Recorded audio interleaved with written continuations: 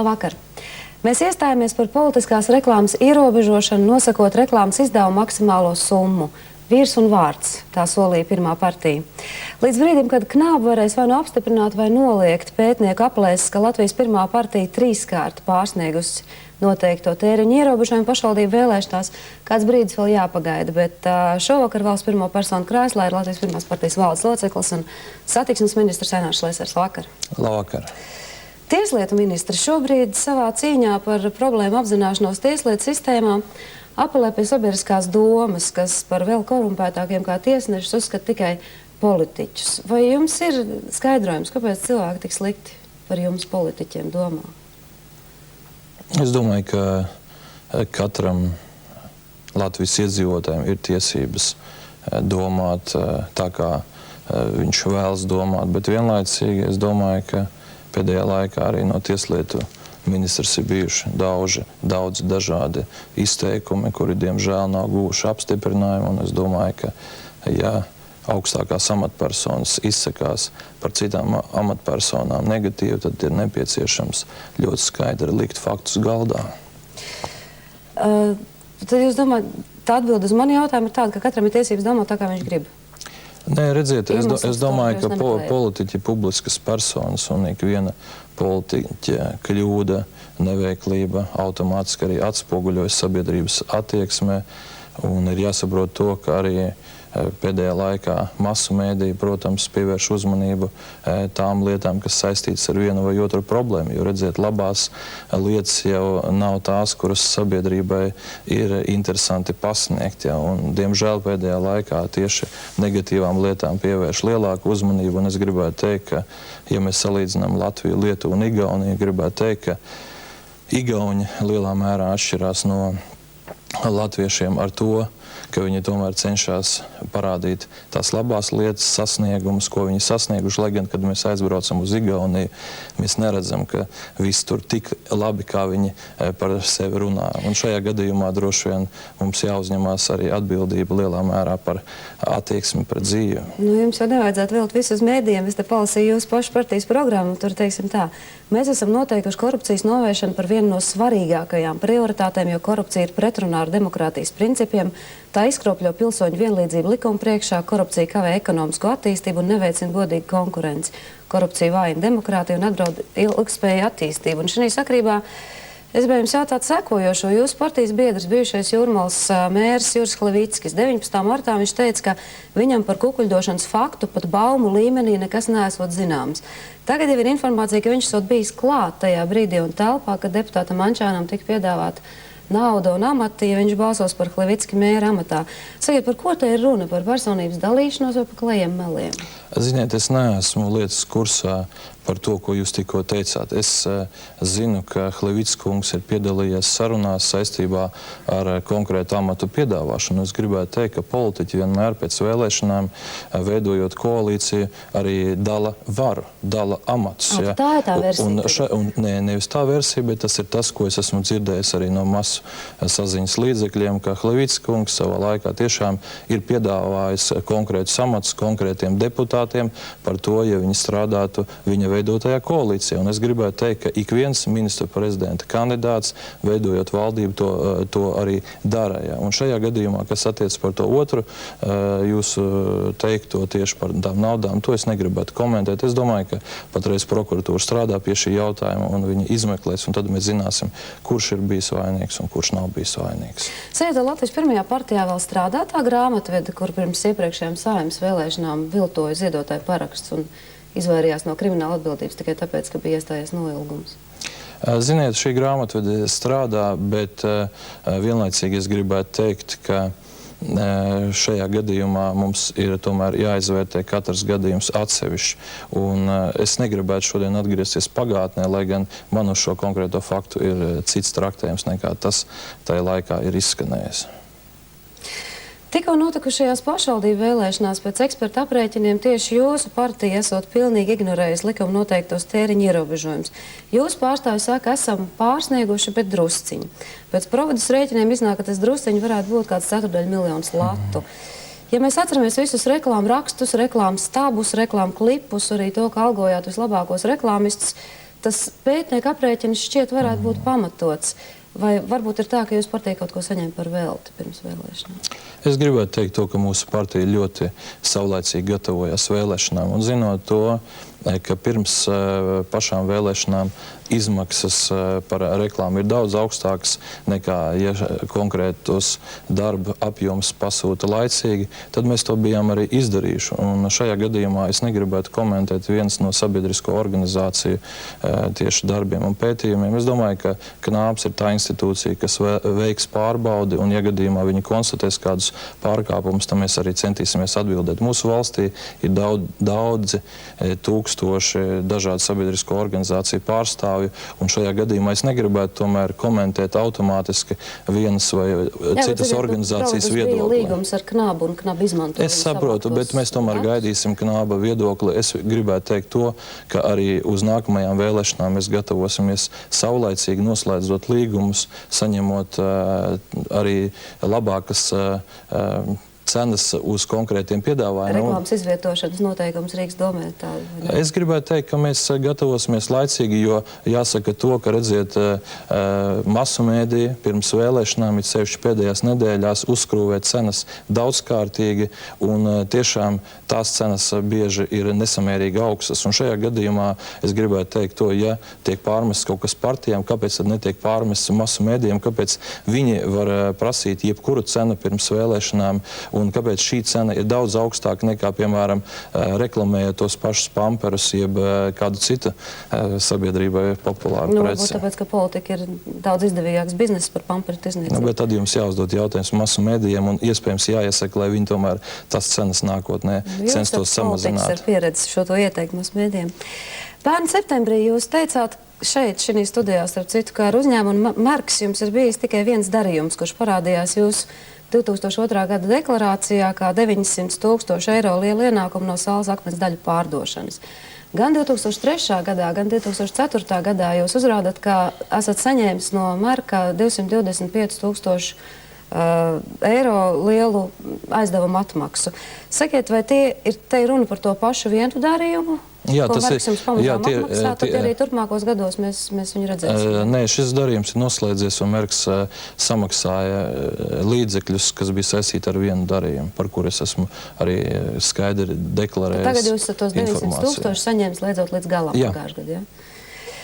Uzņēmumu daļu pārdošana un aizdevumu atmaksāšana esot Latvijas politiskajā elitē plaši izplatītas schēmas, kā amatpersonas piesedz kukuļus vai atmazgā noziedzīgi iegūtu naudu.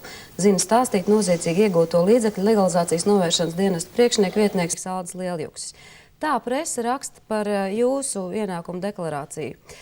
150 000 2003. gadā, vairāk kā 3 miljoni pagājušā gadā, ko uzrādat kā parāda atmaksu no Viestura Kozjola. Sakiet, viņš jums daudz vēl parādā?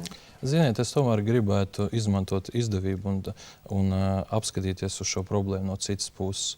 Redziet, visa šie izteikumi, par ko jūs tikko runājāt, ir saistīti ar tādu varbūtības formu, ka tas iespējams ir. Atšķirībā no citiem politiķiem, jā, es 98. gadā politikā esmu iegājis kā uzņēmējs, esmu vadījis daudzus uzņēmumus, par ko es negribu kautrēties, esmu radījis daudzus tūkstošu darba vietu, Rīmī veikali, jā, bet toreiz jūs nedeklarējāt. Viesnīcas, es atvainojos, es deklarēju kapitāla daļas, kuras man piederēja tajā laikā, un pārdodot arī īpašumus 99. gadā, es saņēmu pietiekoši lielu samaksu par to, jo tas bija bizness, ar ko es biju nodarbojies. Un šajā gadījumā, cik vērtas tās kapitāla daļas jūs deklarējat? Un šajā gadījumā es gribētu teikt, šis pārmetums par konkrēto naudas atmaksu no Viestura Kozjola. Es gribētu ļoti skaidri pateikt, ka pirms vairākiem gadiem es šim uzņēmējiem pārdevu savus kapitāla daļas uzņēmumā Saliena, kurš bija saistīts ar pietiekoši vērienīgu nekustamā īpašuma projekta attīstību. Un ņemot vērā to, ka šī nauda netika samaksāta tajā brīdī, ka uzņēmums tika pārdots, tika panākta vienošanās, ka uzņēmējs neņems kredītu, bet vairāk gadu laikā man to atmaksās. Es to deklarēju. Viņš ir atmaksājis visus šos līdzekļus, un līdz ar to es esmu gandrīz, ka šis darījums ir noslēdzies. Tas darījums arī noslēdzies tagad. Es domāju, ka Latvijā tomēr cilvēkiem ir tiesības būt arī privāti īpašniekiem, un ja gadījumā cilvēks par saviem līdzekļiem iegādājas dzīvokli, māju, jeb kādu zemes īpašumu pēc kāda laika pārdot, tad viņam tomēr ir tiesības arī saņemt šo naudu. Es ceru, ka mēs neatgriezīsimies sociālismā, kad principā privāti īpašums bija aizliegts. Ziniet, ir tā, ka gan Kozjela-kunga vilcināšanās sniegt paskaidrojums, gan sarežģītas likuma procedūras, gan tas, ka bankas ļoti sargā dažus savus klientus, ir novedis pie tā, ka Knabi joprojām nav izdevies pārbaudīt to ziņu patiesumu pat par 2003. Gadu, nemaz nerunājot par pagājušo. Jautājums ir, kāpēc Latvijas iedzīvotāji, teiksim, tic jums, nevis ekspertiem, saviem secinājumiem, saviem novērojumiem? Es gribētu teikt to, ka es esmu bijis personīgi pie Loskutova kunga, esmu lūdzis viņu izmeklēt visas šīs lietas, par ko tika šie jautājumi pacelti.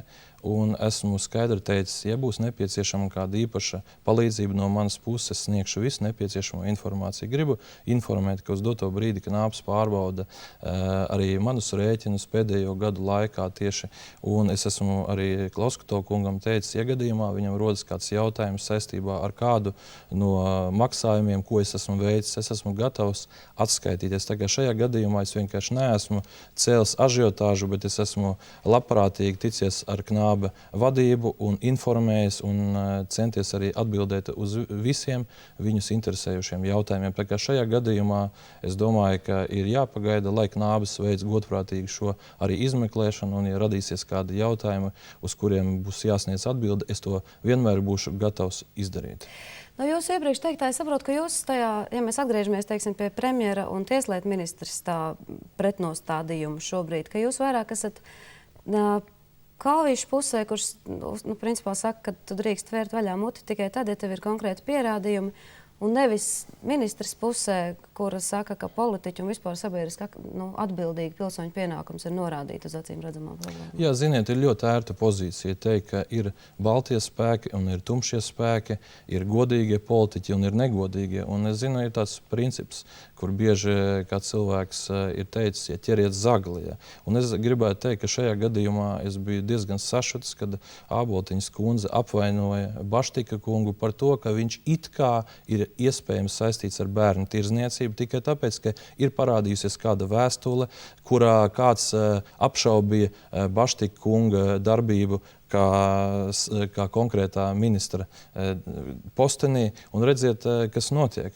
Ja viens ministrs, saņemot par otru ministru kādu vēstuli, griežas Knābā, nevis informē valdības vadītāju konkrēti par šo informāciju, vai vienlaicīgi arī negriežas pie otra ministra lūgdams izskaidrojums, sevišķi, ja tas ir tieslietu ministrs, tad rodas lielas bažas, vai gadījumā nav tā, ka viens politiķis manipulē ar sabiedrību kaut kādā veidā pateikdams, ka tas otrs politiķis iespējams... Bet ja ziņas par noziegumu iespējams, tad ir jāvēršas pie tiesības Es atvainojos, Baštika kungs ir viens no godīgākajiem cilvēkiem, ko es pazīstu.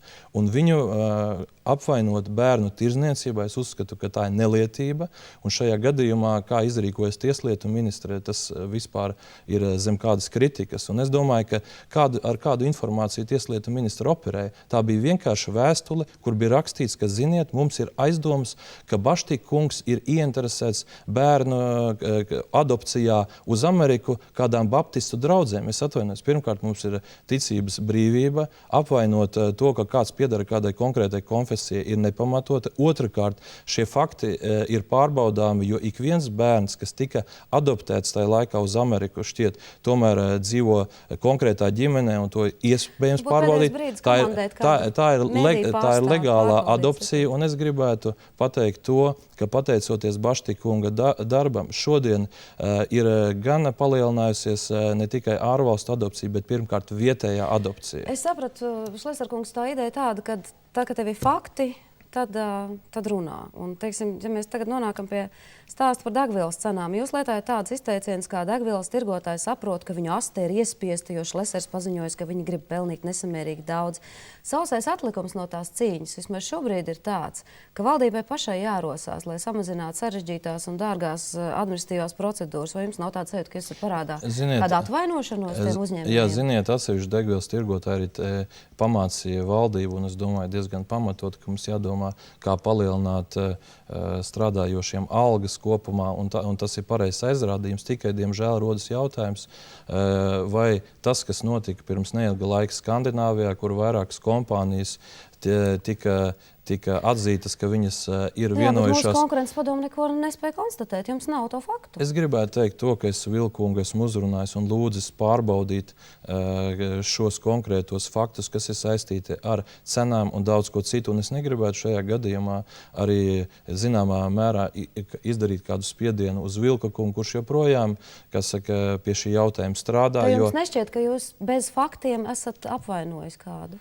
Fakti ir tādi, ka pasaules tirgū cenas bieži degvielai palielinās. Un tas ir ļoti normāli. Un degvielas tirgotāji ir izmantojuši tieši šos faktus, lai paceltu cenu Latvijā. Tikai neskapēc, tad, kad degvielas cenas pasaulē krītas, mūsu degvielas tirgotāji nav tik ātri, lai samazinātu šo cenu. Un mana pozīcija ir tāda, kāpēc tad jūs manipulējat ar sabiedrību, kāpēc tad jūs nemēģināt samazināt cenu tad, kad ir jāsamazina. Un redziet, šajā gadījumā, protams, es nekādā gadījumā nenostājos pret uzņēmējiem, kuriem ir jānodarbojas ar biznesu brīvā tirgus apstākļos. Lēti pirkt un dārgi pārdot šos. Es saprotu, bet ir degviela. Un šajā gadījumā, redziet, šajā konkrētajā sektorā valda zināms tāds neformālais monopols. Jo, ja pat atnāks kāda jauna kompānija, kura uzbūvēs vienu vai otru benzīna tanku, viņi nespēs ietekmēt tirgu. Un šodien tie lielākie spēlētāji to ietekmē. Un es gribētu teikt, ka man ir bijušas arī neformālas sarunas, kurās degvielas tirgotāji skaidri teica, nu, protams, ka mēs varam samazināt to cenu tad, kad pasaulē viņi krītas, bet negribās tā īsti. Gribās jau, kā teikt, to cenu nedaudz augstāko. Jo pelnīt, jūs atceraties, kā bija pēc iestāšanās Eiropas Savienībā, radās uzreiz ažiotāži. Ne, tas bija nedaudz pirms, es atvainojos par sāli. Teica, cenas... Šito piemēru jūs esat stāstījis. Jā, bet tas ir ļoti... Bet redziet, tas ir labs piemērs, lai saprastu, cik viegli ar cilvēkiem var manipulēt, pasakot, ka sāles cenas pacelsies, tāpēc pērciet vairāk.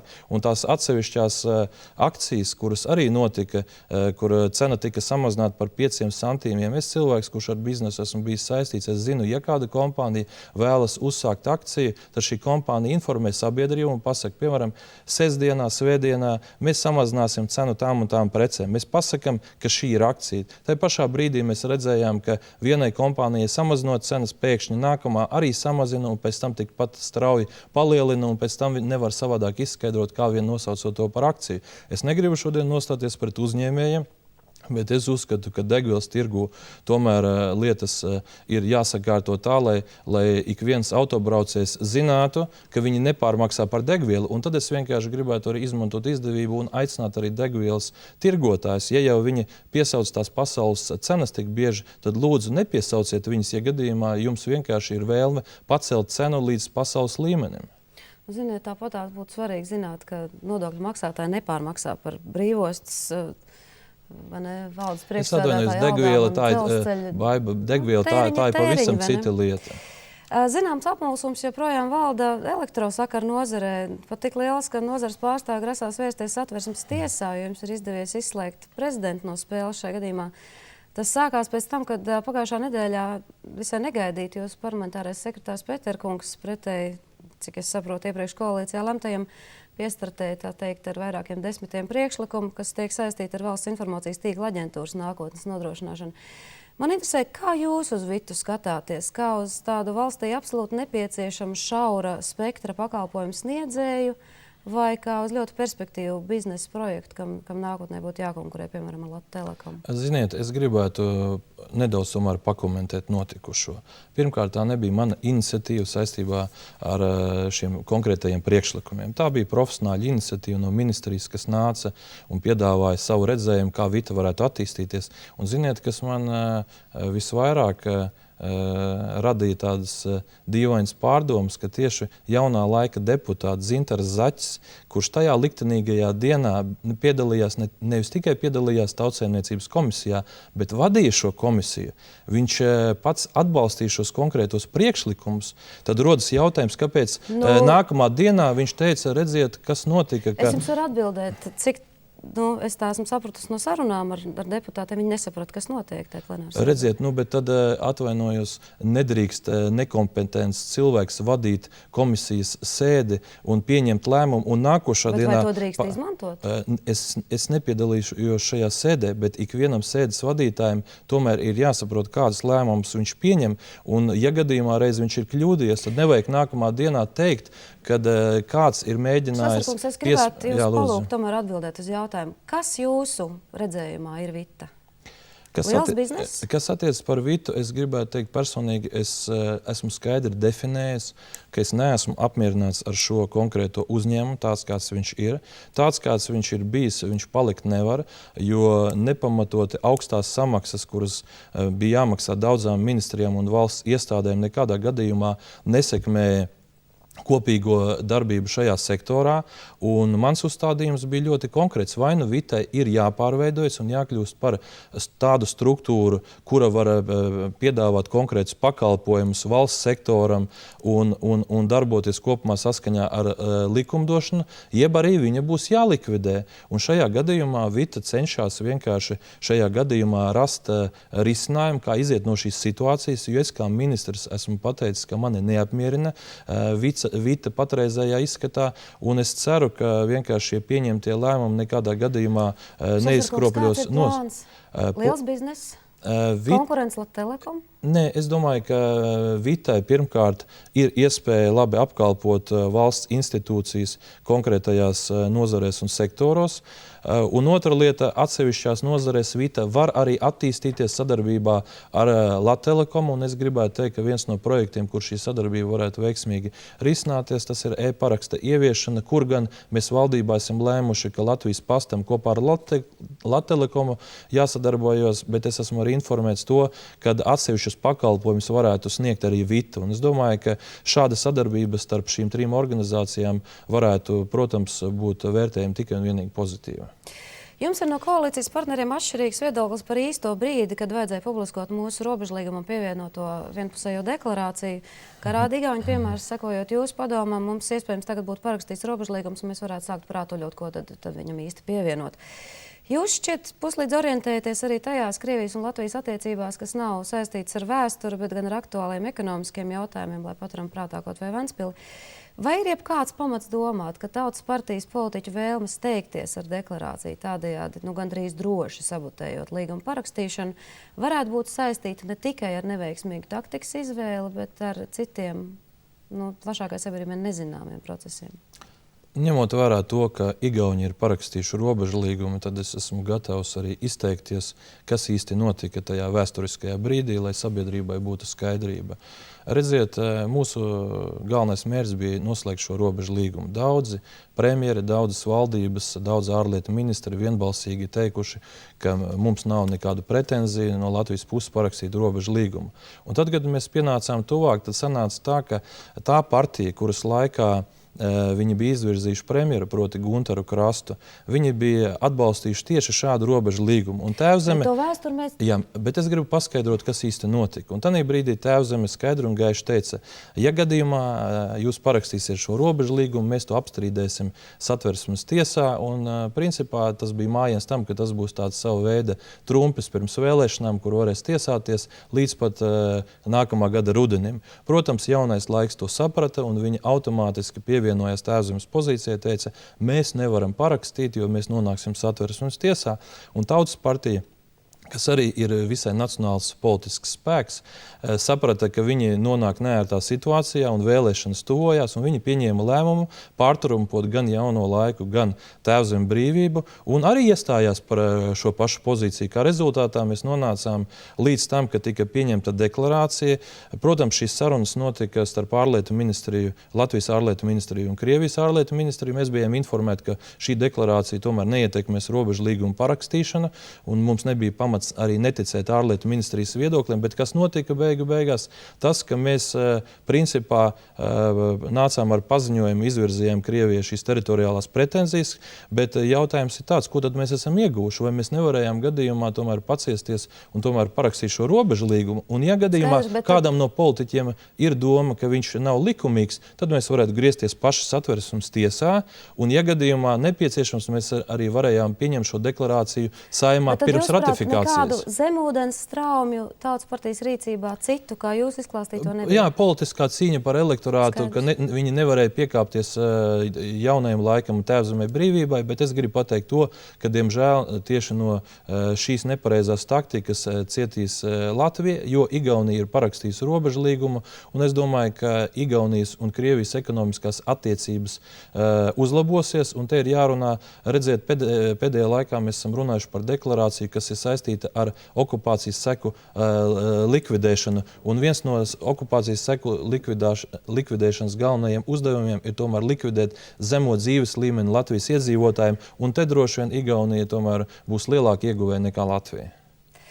Ja jūs būtu tautas kalps, jūs būtu balsojis par to deklarāciju, jo no jūsu partijas, tā teikt, no Rubika iegūtie, ne no Rubika, no Jurkāna kunga iegūtie biedri tomēr izrādījās nav līdz galam integrēti. Es personīgi būtu balsojis, bet es gribētu vēlreiz teikt, ka koalīcijas padomē mēs bijām vienojušies šo jautājumu atlikt vismaz līdz brīdim, kamēr mēs netiksim skaidrībā, kas būs ar robežu līgumu. Un šeit mēs atkal redzam, ka tad, kad viens deputāts cenšas būt gudrāks par otru, tad mēs izvirzījām visas šīs pretenzijas, un diezgan dīvaini izskatās. No vienas puses mēs sakām, mums ir teritoriāls pretenzijas pret Krieviju, te pašā brīdī gan premjeras, gan ārlietu ministrs saka, mums šādu pretenziju nav. Un mēs nekādas nekad neizvirzīsim. Man jāpiekrīt, ka tas izskatās dīvaini. Jāsaka jums paldies šobrīd, jo, diemžēl, mums nav vēl pusstunda, ko runāt. Tas būtu ļoti jauki. Paldies! Paldies jums, ka skatījāties. Uz redzēšanos!